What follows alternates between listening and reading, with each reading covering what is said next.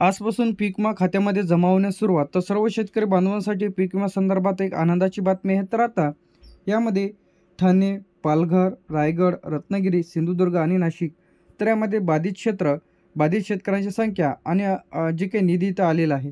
तर पहिला जो जिल्हा आहे ठाणे, तर त्यामध्ये बाधित क्षेत्र जे आहे 158, तर बाधित शेतकऱ्यांची संख्या 720, त्यासाठी जो काही निधी इथं आलेला आहे 20.52 लाख. त्याचप्रमाणे पालघरमध्ये जे काही बाधित शेतकरी, जे काही हेक्टरमध्ये क्षेत्र आहे तर 1678, तर त्यामध्ये बाधित शेतकऱ्यांची जी काही संख्या आहे 7397, तर त्यासाठी 162.86 लाख रुपये एवढं आलेलं आहे. त्यानंतर येते रायगडमध्ये जे की 4560, त्यासाठी 101.24 लाख रुपये निधी इथं आलेला आहे. त्यानंतर इथं क्षेत्रसुद्धा तुम्हाला दाखवलेलं आहे. रत्नागिरीमध्ये 365, 7.48 लाख इथं आलेले आहे. त्यानंतर नाशिक, धुळे, नंदुरबार, तर इथं तुम्हाला दाखवल्याप्रमाणे हा जो निधी इथं तुम्हाला बघायला मिळेल. तर नाशिकमध्ये 6254.55 लाख इथं आलेला आहे. धुळेमध्ये जे आहे 49.08, त्यानंतर नंदुरबारमध्ये जे आहे 442.13. तर हा जो निधी आहे ते तुम्हाला जिल्ह्यानुसार वेगवेगळा दिसेल. तर आता ज्या शेतकऱ्यांना पीक विमा मिळालेला नसेल तर अशाने कमेंट करून नक्की सांगा. सरकारी योजना मराठी यूट्यूब चॅनलवरती तुम्हाला सर्व अपडेट्स आणि सर्व नवीन व्हिडिओज तुम्हाला बघायला मिळतील. तर जळगावमध्ये 13,471 शेतकरी आहेत, तर त्यांसाठी 638.19 एवढा निधी आलेला आहे. हा जो निधी आहे लाखामध्येच आहे. त्यानंतर जळगावनंतर अहमदनगरमध्ये 21,683 शेतकऱ्यांना 1785.90 लाख रुपये इथं आलेले आहे. पुणेमध्ये 19,720 शेतकरी आहे, तर त्यामध्ये 1,139.11 लाख रुपये इथं आलेले आहे.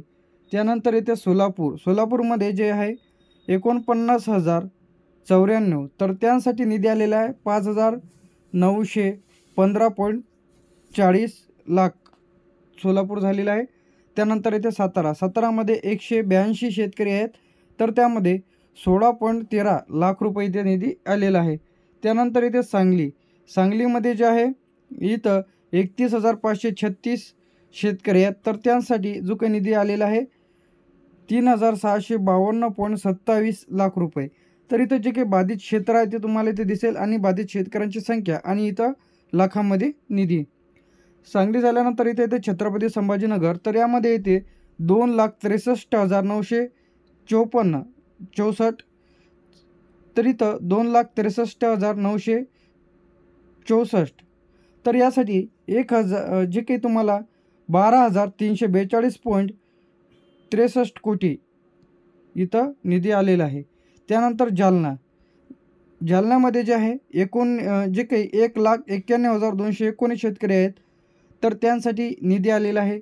बीडमध्ये 15 शेतकरी आहेत, तर त्यांसाठी 1,30,000 एवढा निधी आलेला आहे.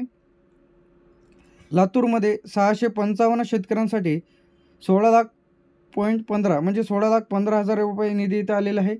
तर आता हा जो निधी आहे ते वेगवेगळ्या जिल्ह्यांसाठी आलेला आहे. तर आता तुमच्या जिल्ह्यात पीक विमा मंजूर झाला आहे की नाही ते सुद्धा तुम्ही घरबसल्या चेक करू शकता. तुम्ही जर आपल्या सरकारी योजना मराठी यूट्यूब चॅनलवरती पहिल्यांदा आले असेल तर चॅनलला सबस्क्राईब करून ठेवा.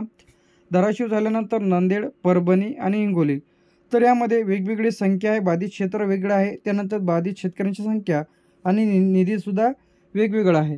त्यानंतर इथं बुलढाणा, अकोला, वाशिम, अमरावती, तर यामध्ये जे काही अमरावतीमध्ये जे आहे 2,97,972, वाशिममध्ये ज्या 2,61,064, त्यानंतर अकोल्यामध्ये जे आहे 2,44,069, त्यानंतर बुलढाणामध्ये ज्या 2,76,575, आणि त्यासाठी जो काय आलेला निधी आहे ते लाखामध्ये.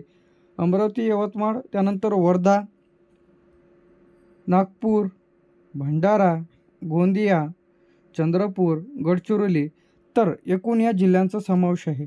तर आता या जिल्ह्यांकरिता जो काही निधी आलेला आहे त्यामध्ये गडचिरोली, चंद्रपूर, गोंदिया, भंडारा, नागपूर, वर्धा, यवतमाळ, अमरावती, वाशिम, अकोला, बुलढाणा, हिंगोली, परभणी, नांदेड, धाराशिव, लातूर, बीड, जालना, छत्रपती संभाजीनगर, सांगली, सातारा, सोलापूर, पुणे, अहमदनगर, जळगाव, नंदुरबार, धुळे, नाशिक, सिंधुदुर्ग, रत्नागिरी, रायगड, पालघर, ठाणे तर या जिल्ह्यांचा समावेश आहे. तुम्ही जर आपल्या सरकारी योजना मराठी यूट्यूब चॅनलवरती पहिल्यांदा आले असेल तर चॅनलला सबस्क्राईब करून ठेवा. तर अशाच प्रकारचे अपडेट्स आणि नवीन व्हिडिओज तुम्हाला बघायला मिळतील. थँक्यू.